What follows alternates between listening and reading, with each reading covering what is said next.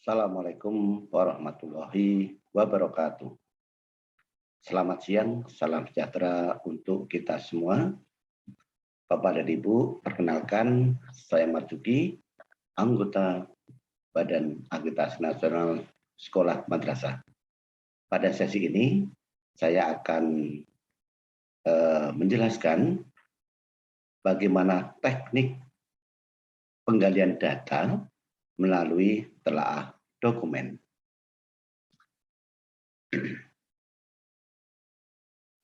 Ya, baik, Bapak dan Ibu. Tujuan pembelajaran setelah Bapak Ibu menyaksikan video ini adalah yang pertama, Bapak Ibu dapat memahami bagaimana teknik melakukan penggalian data melalui telaah dokumen.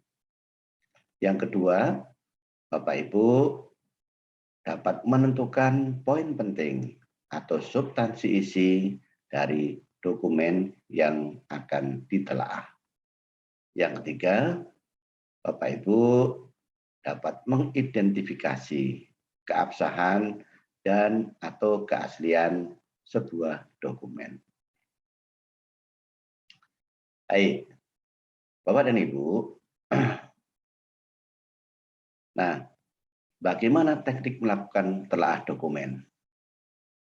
Yang pertama, Bapak Ibu harus ketahui butir-butir mana dari instrumen akreditasi satuan pendidikan yang memerlukan penggalian data melalui telaah dokumen. Yang kedua, untuk setiap butir, pahami nama-nama dokumen yang akan ditelaah. Kemudian, beri tanda apabila Bapak Ibu mendapatkan sebuah dokumen yang digunakan lebih dari satu butir. Artinya ada dokumen yang sama, tapi dapat digunakan untuk melakukan penggalian data lebih dari satu butir. Dan pastikan Ibu dan Bapak pernah melihat bentuk, model, atau contoh dokumen yang akan ditelaah. Yang ketiga, buka Sispena, lalu unduh dokumen yang sudah diunggah oleh sekolah atau madrasah dalam Sispena. Yang keempat, lakukan telaah dokumen dari hasil unduhan dari Sispena tersebut dengan cara mencermati poin penting atau substansi isi dari dokumen. Kemudian yang kelima adalah lakukan identifikasi keabsahan dan atau keaslian dokumen yang ditelaah. Terakhir yang keenam, tentukan nama dokumen lain ya yang belum diperoleh dari Sispena dan akan dikonfirmasi atau diklarifikasi melalui wawancara. Bapak dan Ibu, berikut adalah butir yang memerlukan penggalian data melalui telaah dokumen. Bapak Ibu kenal bahwa instrumen akreditasi pendidikan terdiri dari butir inti dan butir kekhususan. Untuk butir inti komponen mutu lulusan ada 11 butir, yakni nomor 1 sampai butir 11. Dan semuanya memerlukan penggalian data melalui telaah dokumen untuk semua jenjang. Tetapi untuk SMK dan SLB ada butir kekhususan dari mutu lulusan. Untuk SMK ada di butir 36 dan 37, sedangkan untuk SLB ada di butir nomor 36. Yang kedua untuk proses pembelajaran. Ini ada di nomor 12 sampai dengan 18. Nah, butir yang memerlukan penggalian data melalui telaah dokumen itu ada di butir 12, 13, 14, 16, dan 18. Berarti ada butir yang tidak memerlukan penggalian data melalui telah dokumen, yakni butir nomor 15 dan butir nomor 17. Untuk SMK, ini ada butir kekhususan, yakni nomor 38, 39. Sedangkan untuk SLB ada butir kekhususan nomor 37. Untuk mutu guru, ini ada di butir 19 sampai 22 untuk butir inti. Ya, berlaku untuk semua jenjang. Sedangkan untuk SD, ada butir kekhususan dari mutu guru, yakni butir nomor 36. Sedangkan untuk SMK, ada di butir nomor 40. Terakhir, untuk komponen manajemen sekolah madrasah, ini ada di nomor butir 23, 35 untuk butir inti.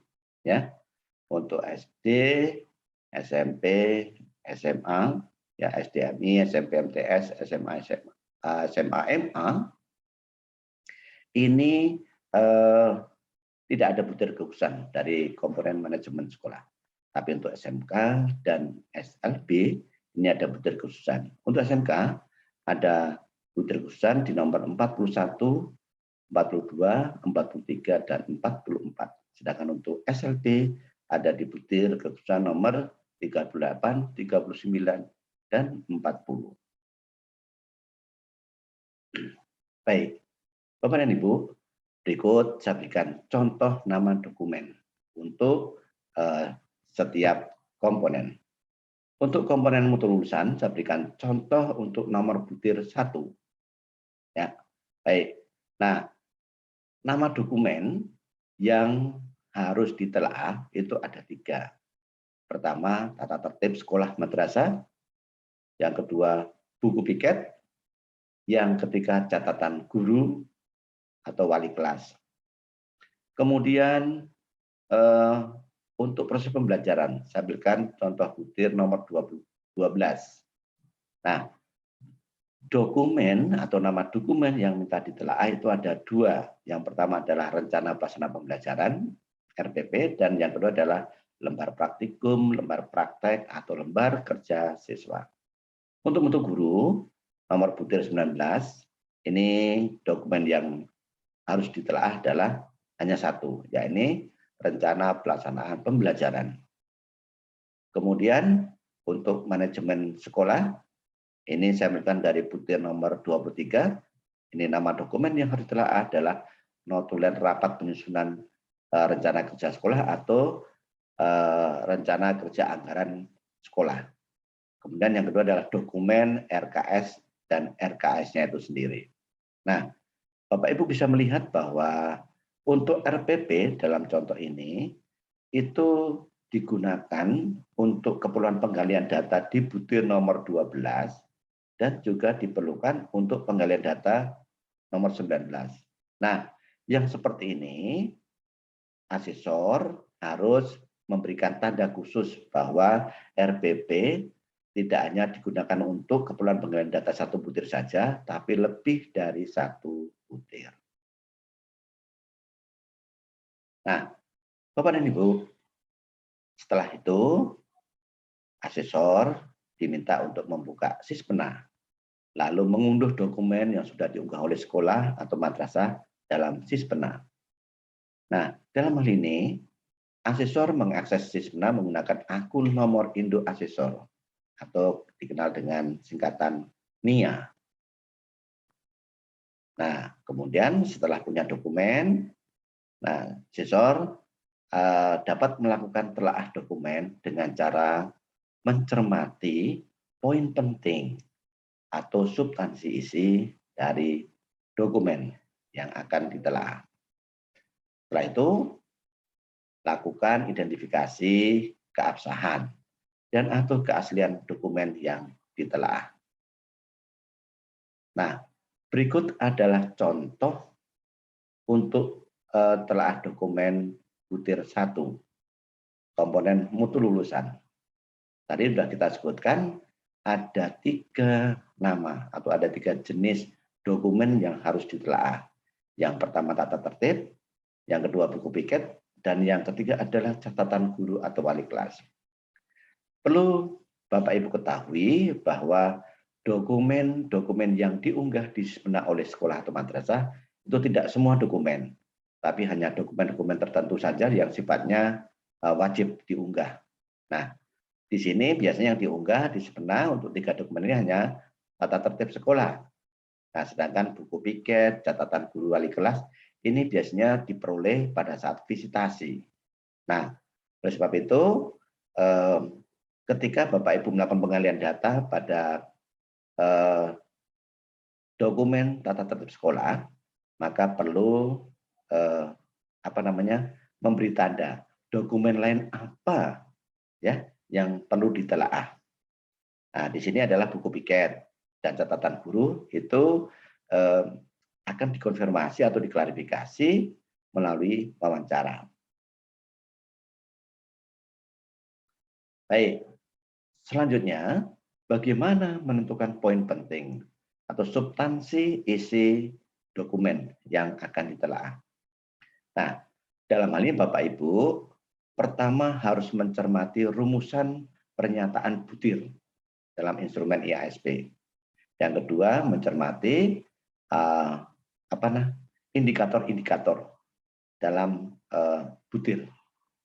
Nah, sebagai contoh, untuk butir nomor 12, pernyataan butirnya adalah proses pembelajaran berlangsung secara aktif dengan melibatkan seluruh siswa dan mengembangkan keterampilan berpikir tingkat tinggi sehingga terjadi proses pembelajaran yang efektif sesuai dengan tujuan pembelajaran.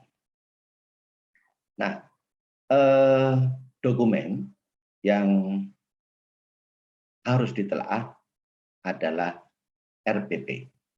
Nah, bagaimana menentukan poin penting substansi RPP? Tentu yang utama adalah melihat pernyataan butirnya. Nah, dalam dokumen RPP itu apa saja isi yang mencerminkan bahwa RPP akan dilaksanakan bisa terjadi proses pembelajaran yang aktif.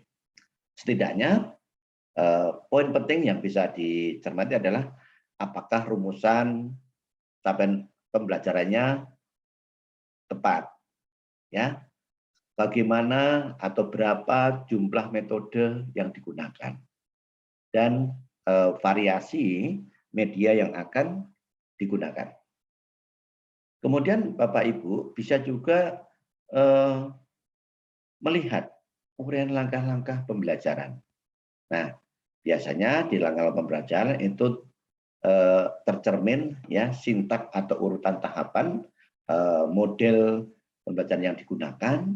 Kemudian kita bisa mengetahui bahwa dengan langkah-langkah pembelajaran itu apakah dapat memungkinkan terjadinya proses pembelajaran aktif dan juga ada terjadi fasilitasi pengembangan keterampilan berpikir tingkat tertinggi pada siswa. Nah, selain itu, hal penting yang juga bisa dicermati adalah bagaimana jenis penugasan yang diberikan oleh guru yang tertulis di dalam dokumen RPP itu. Baik, setelah menentukan ya poin penting atau substansi isi dokumen yang harus ditelaah adalah mengecek keabsahan dan atau keaslian dokumen yang ditelaah.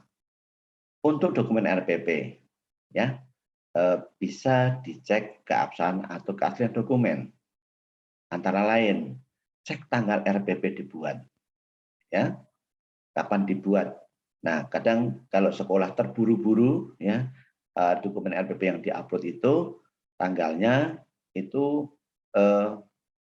saat akan divisitasi, ya.